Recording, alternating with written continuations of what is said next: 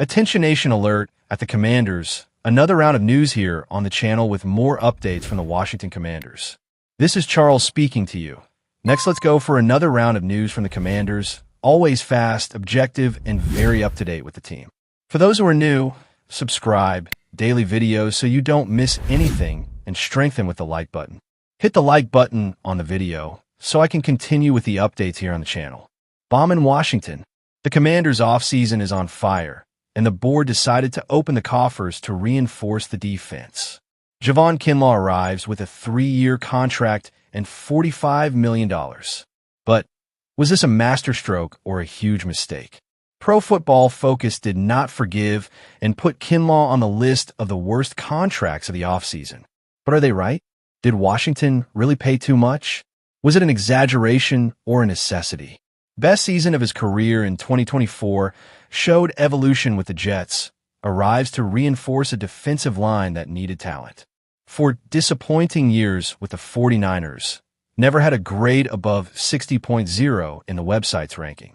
Only now has he started to show real value in the league. In other words, Washington paid for future production, and that's a risky move. If Kinlaw keeps up the pace of 2024, he could be a great investment. But if he regresses, this contract could be a huge weight on the team's cap. Adam Peters' big gamble. The truth is that Washington needed to act. Jonathan Allen left for the Vikings. Clelin Ferrell and Dante Fowler did not renew. The defensive line lost depth. GM Adam Peters decided to act quickly and bet on Kinlaw. But was it the right choice? Let's remember that Kinlaw was a big disappointment for the 49ers. He arrived as a first-round pick, but never performed as expected. It wasn't until 2024 with the Jets that he finally showed some of the potential that everyone expected. Washington is paying for a player who had one good season. Can he repeat that performance now? And what's more, Kinlaw has a worrying injury history. If he gets hurt, the Commanders will have invested heavily in a player who won't even be on the field. Despite the mistrust, the Washington coaching staff believes that Kinlaw can become a pillar of the defense. He has the explosiveness and strength to be dominant in the pass rush. He can help open up space for the edge rushers. If he maintains the level of 2024, he could be a great choice. This gamble could cost him dearly. If Kinlaw doesn't perform, the Commanders will have committed a lot of cap space to an inconsistent player. Did Washington make the right choice by paying so much for Kinlaw? Or will this be another disappointment in the team's history?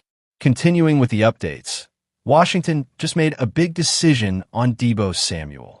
Less than a month after the blockbuster trade, the team revamped the wide receiver's contract, guaranteeing him more money. But with a catch. Why do the Commanders do this? Is it a risk or a masterstroke? And what does this mean for Deebo's future in Washington?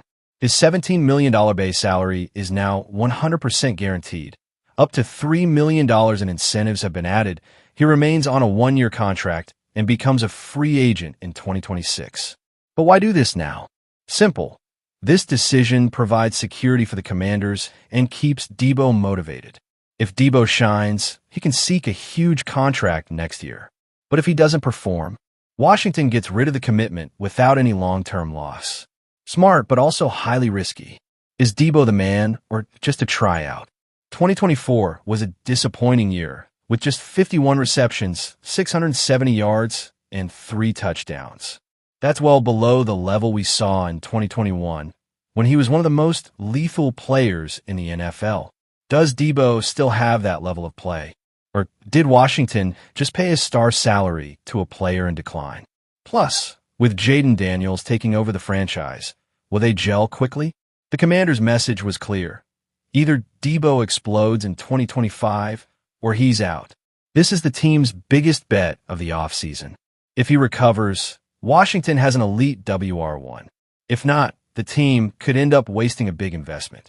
Did Washington make the right decision to guarantee this money for Deebo Samuel? Do you trust him to return his peak? Tell us what you think in the comments. Attention to close. The Commanders continue to reformulate their offense, and another wide receiver is out. After Dyami Brown's departure to the Jaguars, it is now Olamide Zaccoz who has signed with the Bears. This raises an urgent question. Who will take over this spot? Will the team look for reinforcements, or could a young talent surprise? The answer may lie within the roster itself, and we will show you now who could be the unexpected name for 2025.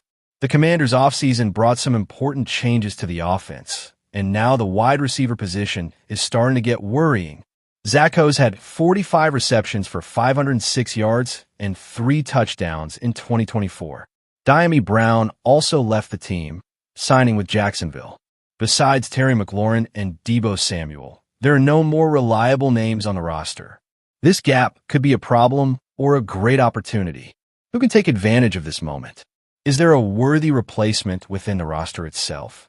Plus, should Washington look for another wide receiver in free agency or focus on the draft? The answer may lie in a name few are paying attention to, a name that could be ready to explode in 2025. A lot of people forget, but Luke McCaffrey was picked in the 3rd round of the 2024 draft. So far, he has had little opportunity on offense, but with Zach O's gone, the door is open for him to shine. 18 receptions for 168 yards as a rookie, little involved in the offense, but excelled on special teams. Now he could finally have a bigger role alongside McLaurin and Samuel. McCaffrey has a lot of similar characteristics to Deebo Samuel. Explosive and versatile to play in multiple positions on offense. Physicality and style of play that resembles that of the Commanders' All-Pro comes from an elite family in American football. He is the brother of Christian McCaffrey.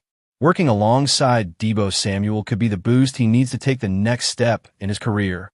The big question now is McCaffrey ready to take on a prominent role, or do the Commanders need another name? With Zach O's and Brown gone, the Commanders will need to make a decision quickly. Believe in Luke McCaffrey and give the young talent more chances. Look for another experienced wide receiver to add depth to the roster. Invest heavily in the draft to find a promising WR.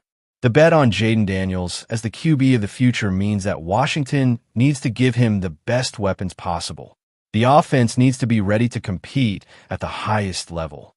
Does McCaffrey deserve more opportunities, or do the Commanders need to look for reinforcements? Fan, leave a comment below. Next, did you like the video? Leave a like, subscribe to the channel. It's very important that we're together. Thanks for everything, and let's go Commanders!